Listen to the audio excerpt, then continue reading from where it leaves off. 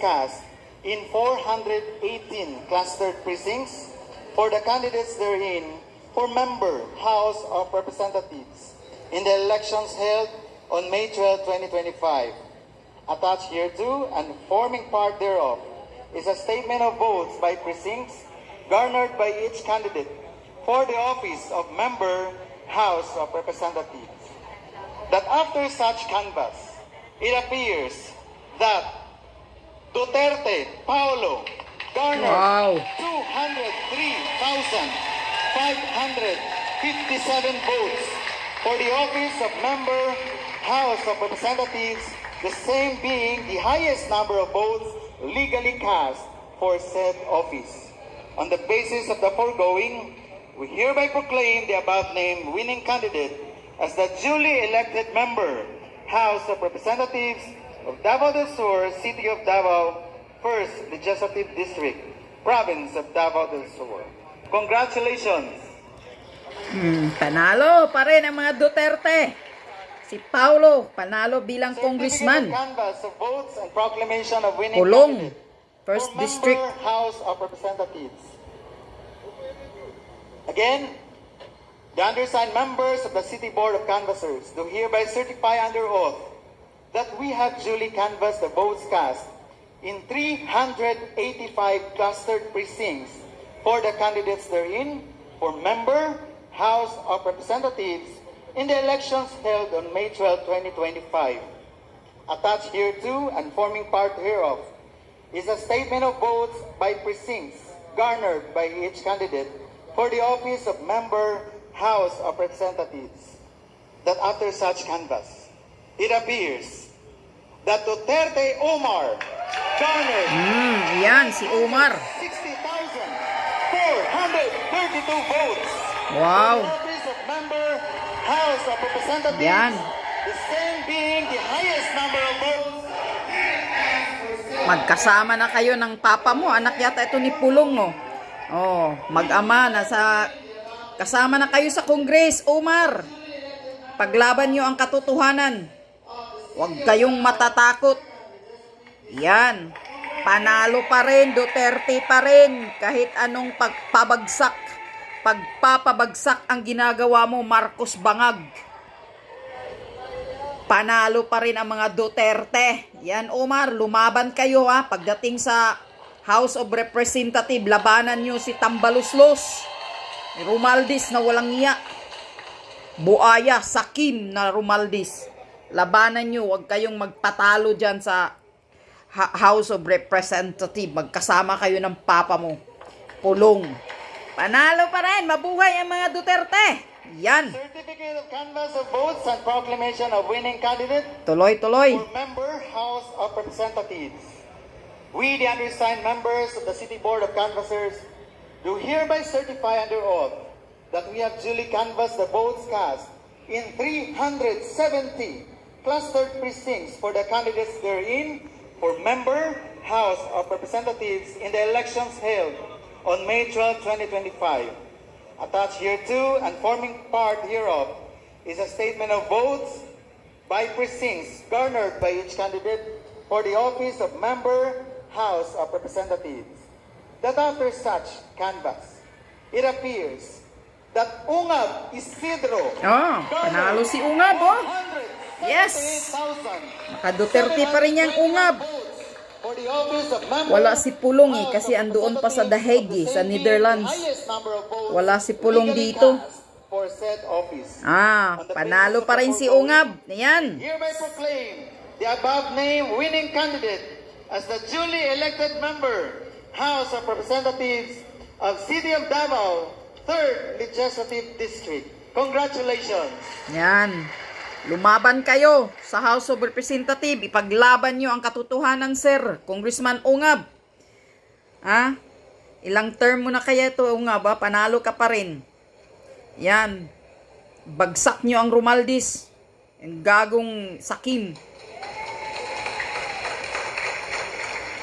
Yes, Duterte pa rin.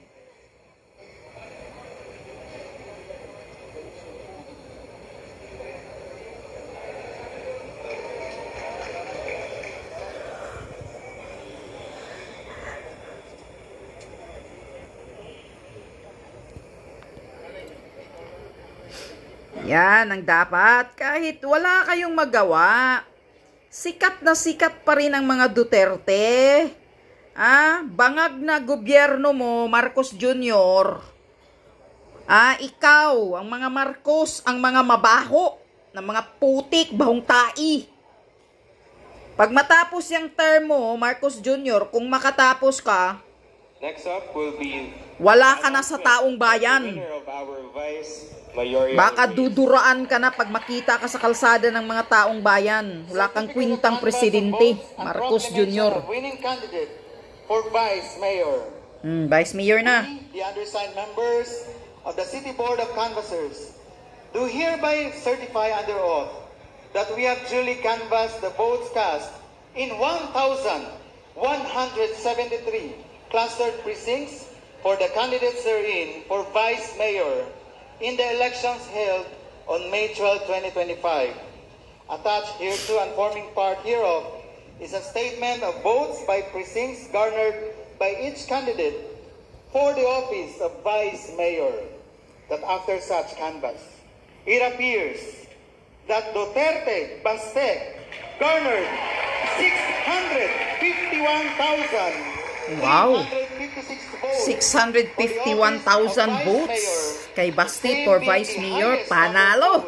Legally cast for said office.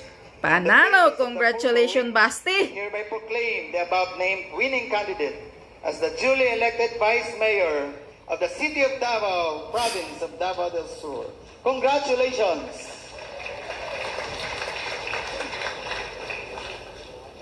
Diyan mo makikita kung paano minamahal ng taong bayang Davaoenyo ang mga Duterte. Announcing the winner of the mayoral race.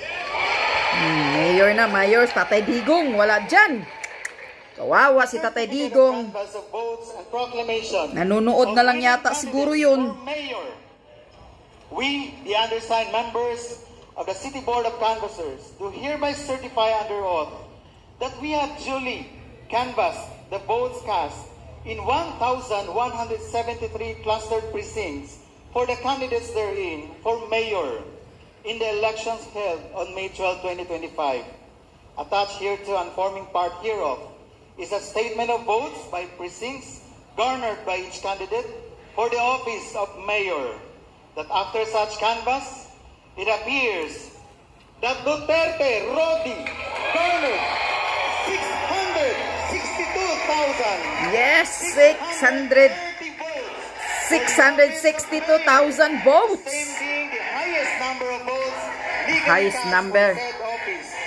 On the basis of the foregoing, Oy, we hereby sakit proclaim naman the wala above si Tatay named winning Diggs. Nasa candidate nasa as the detention. duly elected Mayor of the City of Davao, Province of Davao del Sur. Yes. Congratulations! Yan ang pagmamahal ng mga Davaoenyo sa mga Duterte. Hindi nagbabago.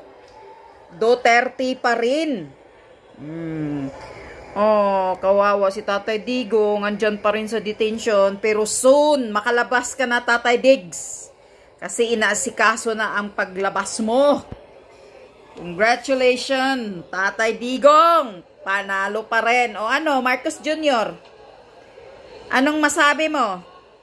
Kahit anong pagpapabagsak sa mga Duterte ang gagawin nyo dahil mga sakim kayo, Marcos Romualdez, mga buaya kayo, sakim kayo sa kapangyarihan, hindi nyo kaya ang mga Duterteng pabagsakin. CPOC Chairman, Attorney Sahani M. Dahil yan ang sigaw ng taong bayan. To each and every one of you, mabuhay po tayong lahat.